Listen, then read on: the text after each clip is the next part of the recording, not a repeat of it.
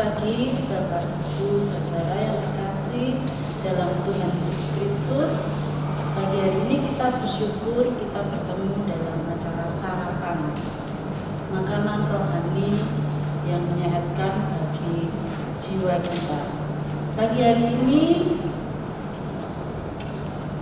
dalam rangka Hari Kartini ya, kita tahu bahwa satu tokoh perempuan Indonesia yang dikenal sebagai pahlawan nasional karena beliaulah yang merintis ya kebebasan atau dinamakan emansipasi perempuan, artinya pembebasan dari perbudakan ya.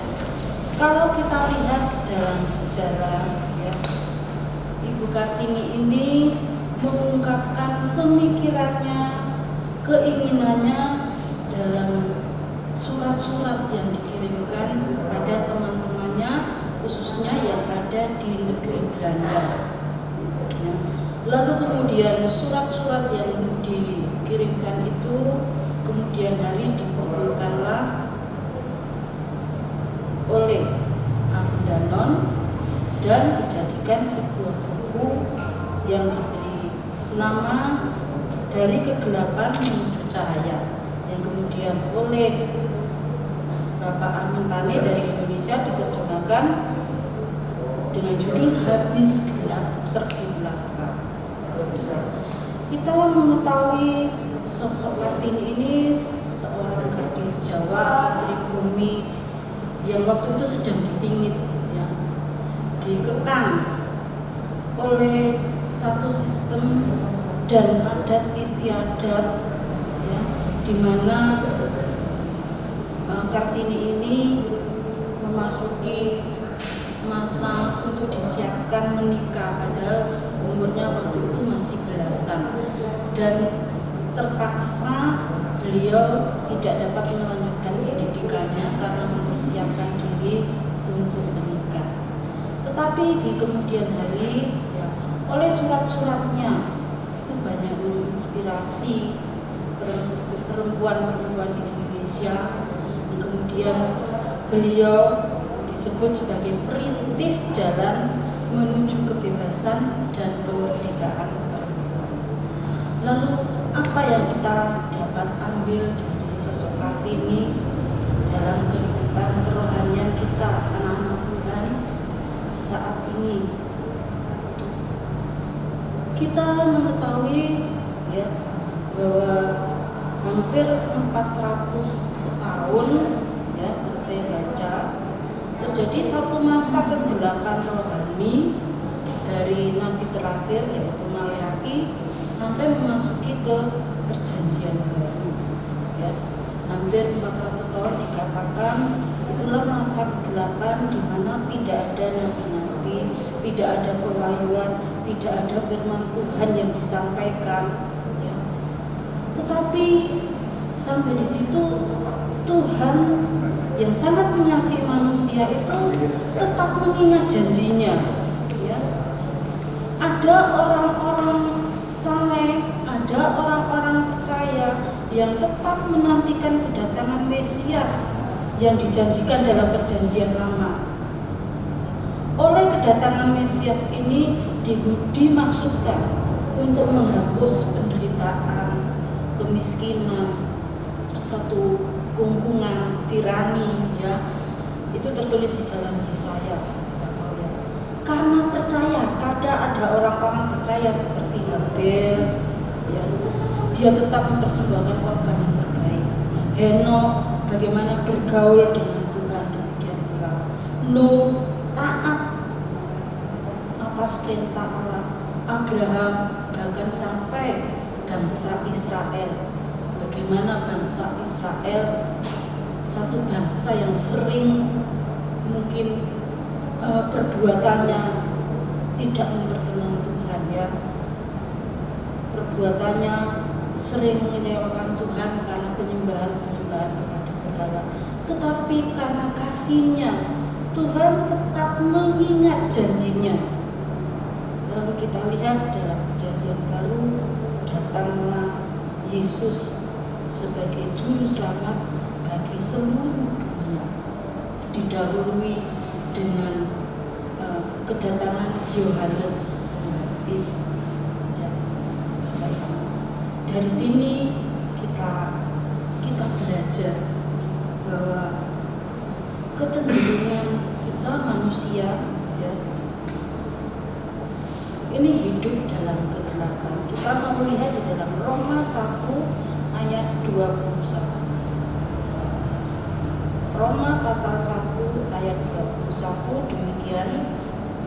Sebab sekalipun mereka mengenal Allah, mereka tidak memuliakan Dia sebagai Allah atau mengucap syukur kepadanya. Sebaliknya pikiran mereka menjadi sia-sia dan hati mereka yang bodoh menjadi gelap. Dikatakan bahwa mereka mengenal Allah tetapi perbuatannya tidak memuliakan Allah. Seperti kita dengar firman tadi pagi, ya, hidup tidak memuliakan Allah tetapi lebih memuliakan diri sendiri. Ini adalah hidup dikatakan sia-sia dan gelap, ya. Lalu datanglah Yesus Kristus sebagai juru selamat bagi seluruh dunia, yaitu terang itu datang, ya. Kita mau baca di dalam Yohanes 1 ayat 4 dan 5. Yohanes pasal 1 ayat 4 dan 5. Dalam Dia ada hidup, dan hidup itu adalah terang manusia. Terang itu bercahaya di dalam kegelapan, dan kegelapan itu tidak menguasainya. Ketika terang itu datang, maka kegelapan itu secara otomatis tersingkir. Seperti dalam satu ruangan ini, ya. Ketika ada cahaya lampu, maka kegelapan itu mengakhir. Demikian juga Yesus ada, di dalam Yesus ada hidup, dan hidup itu dikatakan terang. Hidup itu terang, dan itu akan mengusir kegelapan.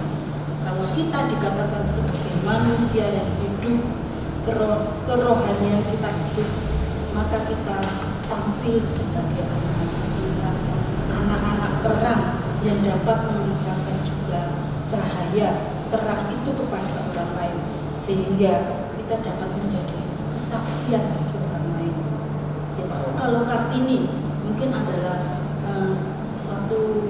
seseorang yang dikenal sebagai pahlawan perempuan di Indonesia, ya, secara nasional. Tapi kedatangan Yesus Kristus ke dunia ini, ya, Dia yang adalah terang, itu bukan untuk lingkup lokal saja, tetapi seluruh dunia. Dikatakan, ya, terang itu meliputi seluruh dunia. Sebab itu kita anak-anak Tuhan yang sudah mendapatkan terang dari kedatangan Yesus itu, kita juga sepatutnya memancarkan terang dari Yesus itu kepada semua orang di sekitar kita, melalui kesaksian kita, melalui perbuatan kita, melalui kasih kita kepada mereka. Biarlah mereka menyaksikan bahwa anak-anak Tuhan itu anak-anak yang hidup dalam terang. Kita mau baca di dalam 2 Korintus pasal 4 ayat 6. 2 Korintus pasal 4 ayat yang ke-6.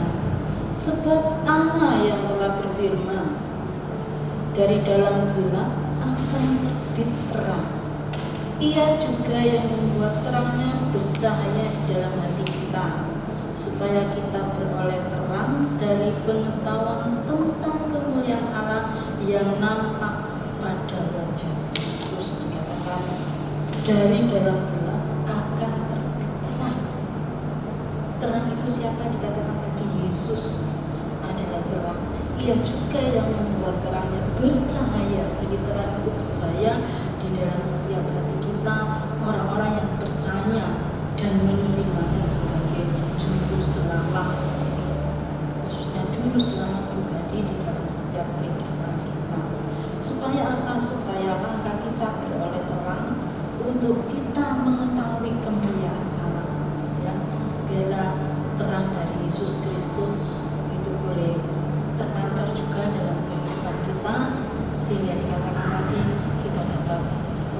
sinar itu dan menjadi terang pada semua orang yang ada di sekitar kita, karena terang itu sudah bercahaya di dalam hati kita.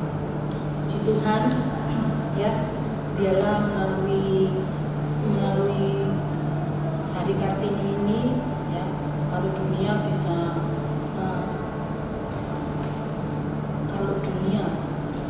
memberi judul surat Kartini habis karena terbitkan terang, maka kita sebagai anak-anak Tuhan sepatutnya kita menjadi terang bagi dunia ini, sehingga itu memancarkan benar-benar kemuliaan Kristus. Itu renungan sarapan pagi yang dapat saya sampaikan. Kiranya Tuhan memberkati Bapak Ibu Saudara. Terima kasih.